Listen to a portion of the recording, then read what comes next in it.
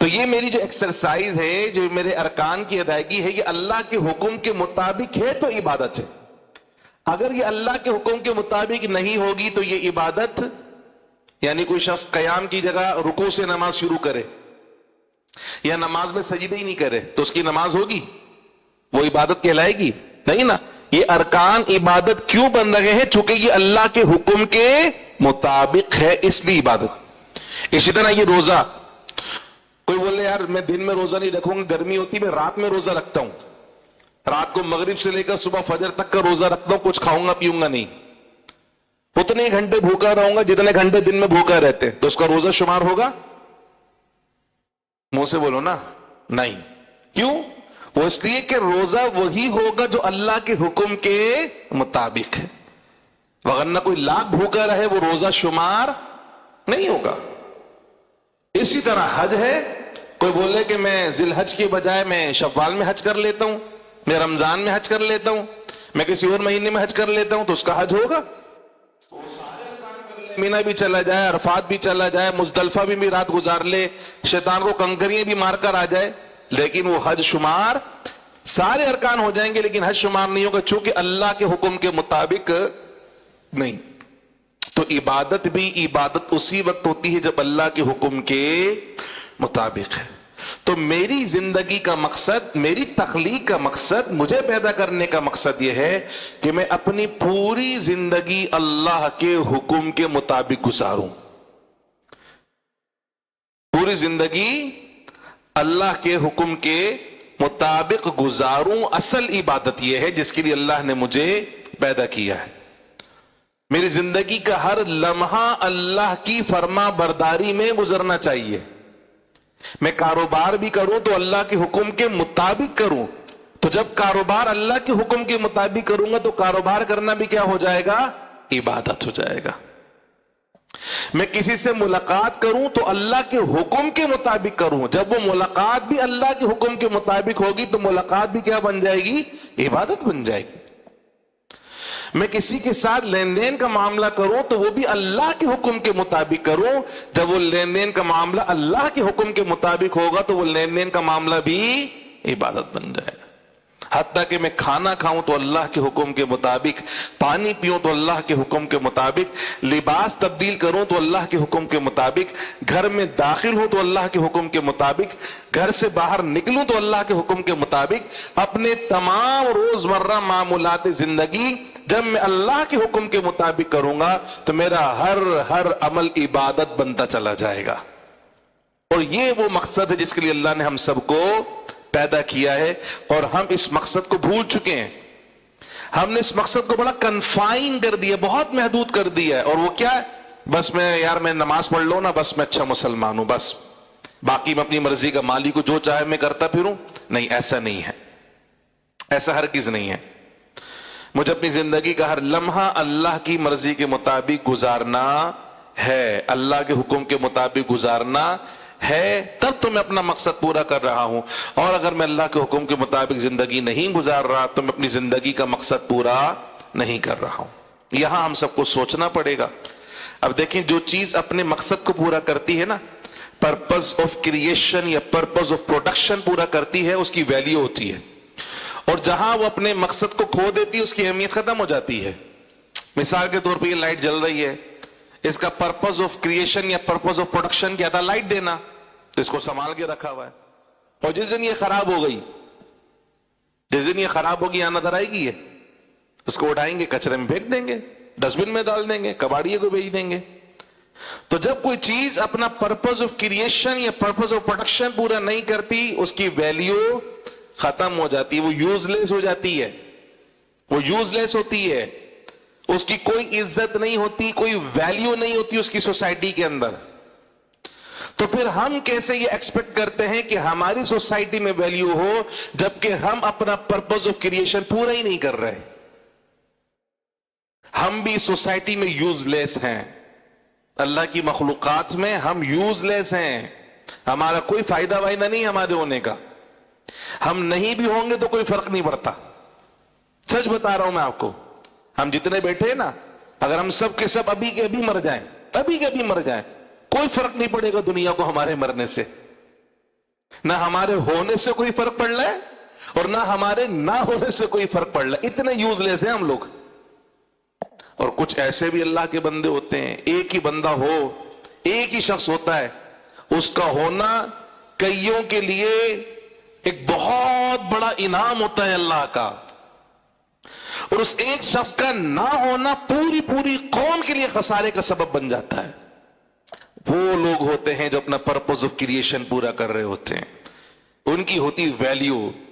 جو قوم کے سردار, قوم کے نمائندے ہوتے ہیں, جو قوم کے سربراہ ہوتے ہیں, ان کے ہونے سے پوری قوم کو حوصلہ ہوتا ہے, اور ان کے نہ ہونے سے پوری قوم اپنے آپ کو یتیم سمجھنا شروع کر دیتی ہے.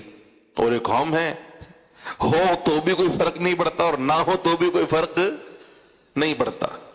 ایون جو ہمارے کلوزڈ ریلیشن ہے نا, ان کو بھی کوئی فرق نہیں پڑے گا ہمارے نہ ہونے سے. ان کو بھی ایک دو دن رونا دھونا, بلکہ ایک دن بھی بڑی بات ہے, وہ دفنا کر آئیں گے اور اس کے بعد جب بریانی کھائیں گے سب بھول جائیں گے کس کو دفنا کر آئے, کون کتنا عزیز تھا, کون. سویم تک تو بالکل ایسے لگتا ہے پتہ نہیں سالوں ہوگا سویم نہیں ہو رہی, برسی ہو رہی ہے اس بندے کی. ایسے لوگ بھول جاتے ہیں. کیوں؟ چونکہ ہم یوز لیس ہیں. یوز لیس چیزوں کا کسی کو کوئی غم نہیں ہوتا, کوئی دکھ نہیں ہوتا.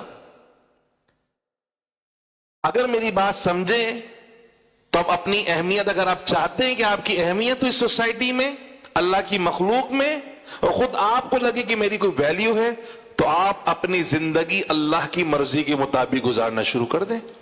آپ دیکھیں جس دن آپ نے پرپز آف کریشن اپنا پورا کرنا شروع کر دیا, خود بخود آپ کی ویلیو بڑھتی چلی جائے گی. خود بخود آپ کی جو قدر ہے نا وہ بڑھتی چلی جائے گی سوسائٹی میں. صرف ایک مثال کے ذریعے میں بات اپنی مکمل کر رہا ہوں. حضور غوث اعظم رضی اللہ تعالی عنہ, کوئی ہماری رشتہ داری ہے غوث اعظم سے؟ نہیں, کوئی سگی رشتہ داری تھوڑی ہے ہماری غوث اعظم سے کہ ہمارے دادا لگتے ہوں یا ہمارے تایا ابو لگتے ہوں یا ہمارے چچا لگتے ہوں یا ہمارے ابو کے کوئی رشتہ دار, کوئی نہیں. لیکن آپ دیکھیں کہ پوری دنیا میں غوث اعظم کی 11ویں شریف ہوتی ہے. سبحان اللہ تو بولے. کہاں کہاں؟ پوری دنیا میں غوث اعظم کی 11ویں ہو رہی ہے. یہ ہے ویلیو. پوری دنیا میں لوگ غوث اعظم کا ذکر کرتے ہیں, حالانکہ لوگوں نے دیکھا نہیں, لوگوں کی ملاقات نہیں ہے ان سے, کوئی خاندانی تعلق نہیں ہے ہمارا, لیکن ہر کوئی بولتا نہیں میں غوث اعظم کا مرید, میں غوث اعظم کا مرید, میں غوث اعظم کا مرید. دس از ویلیو, یہ ہے قدر. حضور خواجہ غریب نواز, ان کی 6 شریف پوری دنیا میں ہوتی ہے. مزار کہاں ہے؟ اجمیر میں. اور پوری دنیا میں ان کا ذکر ہو رہا ہے, پوری دنیا میں ان کا عرس منایا جا رہا ہے. نہ کوئی رشتہ داری ہے ہماری, نہ کوئی تعلق ہے. کیوں؟ یہ ہے ویلیو. کہ وہ سینکڑوں سال ہو گئے ان کے وصال کو, لیکن آج بھی لوگ انہیں یاد بھی کرتے ہیں اور ان کے ساتھ تعلق پر فخر بھی محسوس کرتے ہیں. تو دیکھا ہم ہیں کہ ہم نہیں بھی ہوں گے تو کوئی فرق, صحیح بتا رہا ہوں میں آپ کو, بلکہ ہو سکتا ہے کئی لوگوں کو سکون مل جائے, بولا اچھا ہے کہیں, کئی لوگ خوش ہو جائے, بولا اچھا ہے کہیں. استغفر اللہ العظیم. یہ تو صورتحال چل رہی ہے. اس لیے عرض کرنے کا مقصد یہ کہ اللہ نے ہمیں اس لیے بنایا ہے کہ ہم اپنی زندگی اللہ کی مرضی کے مطابق گزاریں. اس دنیا میں ہم اپنی مرضی کے مالک نہیں ہیں. ہمیں جو حکم ملا ہے ہمیں اس پر مینوعاً عمل کرنا ہوگا, اس کے علاوہ کوئی چارہ کار نہیں ہے. وگرنہ ہم یوز لیس ہیں, ہماری سوسائٹی میں کوئی حیثیت, کوئی ویلیو بالکل بھی نہیں ہے. سورہ نجم میں اللہ سبحانہ و تعالی نے اپنے پیارے حبیب علیہ السلام کی سفر معراج کا ذکر فرمایا ہے کہ حضور جاند عالم صلی اللہ علیہ وسلم نے اپنے سر کی آنکھوں سے اللہ کا دیدار کیا ہے. اور یہ صرف ہمارے آقا کی شان ہے, صرف ہمارے آقا کی شان ہے. نبیوں میں کسی نے بھی سر کی آنکھوں سے اللہ سبحانہ و تعالی کا دیدار نہیں کیا. یہ صرف ہمارے آقا کی شان ہے. کیسے کیا, کس انداز میں کیا, ہم اس کی کیفیت کو بیان نہیں کر سکتے. بس اہل السنہ کا عقیدہ اتنا ہے کہ حضور جاند عالم صلی اللہ علیہ وسلم نے اپنے سر کی آنکھوں سے اللہ کا دیدار کیا ہے. جبھی اعلیٰ حضرت فرماتے ہیں کہ اور کوئی غیب کیا تجھ سے نہا ہو بھلا, نہا مانے چھپنا, اور کوئی غیب کیا تجھ سے نیہا ہو بھلا جب نہ خدا ہی چھپا تم پہ کروڑوں درود. یعنی اس کائنات کا اللہ اکبر یا رسول اللہ یا علی یا غوث اللہ، اس کائنات کا سب سے بڑا غیب اللہ کی ذات ہے، سب سے بڑا غیب. اور ہمارے آقا وہ ہیں جن سے وہ غیب بھی پوشیدہ. حیرت کی بات ہے کہ لوگ اس پریشانی میں کہ دیوار کے پیچھے کا پتہ ہے کہ نہیں پتا، ادھر کا پتہ ہے کہ نہیں پتا. ارے سب سے بڑا غیب جو کائنات کا ہے اللہ نے اپنی ذات کو بھی اپنے حبیب سے پوشیدہ. اس سے بڑا اور غیب اور کیا ہو سکتا ہے جو آقا کو اللہ تعالیٰ عطا فرمائے. تو اس سفر معراج کی اس عظیم الشان بات کا ذکر سورہ نجم میں اللہ نے فرمایا، اور پھر اللہ نے فرمایا کہ فَأَوْحَا إِلَىٰ عَبْدِهِ مَا أَوْحَا. اللہ نے جو چاہا اپنے حبیب سے کلام فرمایا. اس راز و نیاز کی گفتگو کا جو وزن ہے وہ الفاظ برداشت نہیں کر سکتے. بس محب اور محبوب میں جو کلام ہوا وہ اللہ اس کے حبیب کے درمیان پوشیدہ ہے. سرکار نے جتنا چاہا اللہ کے حکم سے اپنی امت کو بتایا کہ میری اللہ سے یہ بات ہوئی، مجھے نماز کا تحفہ ملا، مجھے سورہ بقرہ کی آخری آیات ملی، اللہ نے اپنا دست قدرت میری پشت پہ رکھا اور اس کی ٹھنڈک میں نے اپنے سینے میں محسوس کی، اور اس ٹھنڈک کی برکت سے کائنات کے تمام اولین و آخرین کا علم اللہ نے مجھے عطا فرما دیا ہے. تو یہ وہ کلام ہے جو اللہ کے حبیب نے ظاہر فرمایا، اور کچھ ایسی باتیں جو اللہ کے حبیب نے ظاہر نہیں فرمائی. اور پھر اللہ سبحانہ و تعالی نے سورہ قمر کے اندر علامات قیامت کی ایک علامت کو بیان فرمایا کہ قیامت قریب آ چکی ہے اور چاند دو ٹکڑے ہو چکا. وانشق القمر، شق القمر ہمارے پیارے آقا صلی اللہ علیہ وسلم کا عظیم الشان معجزہ ہے. مکہ مکرمہ میں اعلان نبوت کے بعد مشرکین مکہ حضور کے پاس آتے تھے اور مختلف قسم کے معجزات کی فرمائشی معجزات کرتے تھے کہ یہ دکھاؤ یہ دکھاؤ یہ دکھاؤ.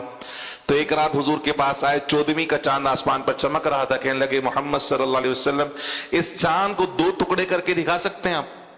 اگر آپ نے اس کو 2 ٹکڑے کر کر دکھایا تو ہم آپ پر ایمان لے کر آ جائیں گے. حضور نے فرمایا اپنی بات پر قائم رہو گے؟ انہوں نے کہا ہاں بالکل.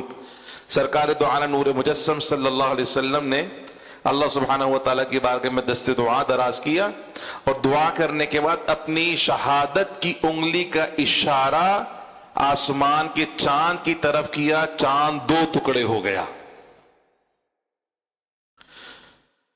حضور کا یہ معجزہ اتنا بڑا معجزہ ہے کہ علامہ عبد المصطفیٰ ازہری صاحب نے اعظمی صاحب نے کتاب لکھی سیرت کے اوپر.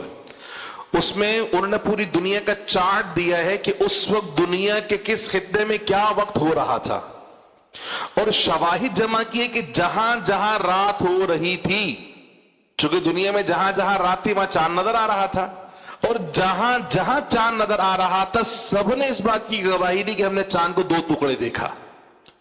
صرف مکے والے نہیں، جہاں جہاں رات تھی جہاں جہاں چاند نظر آ رہا تھا سب نے ہم چاند کو 2 ٹکڑے دیکھا.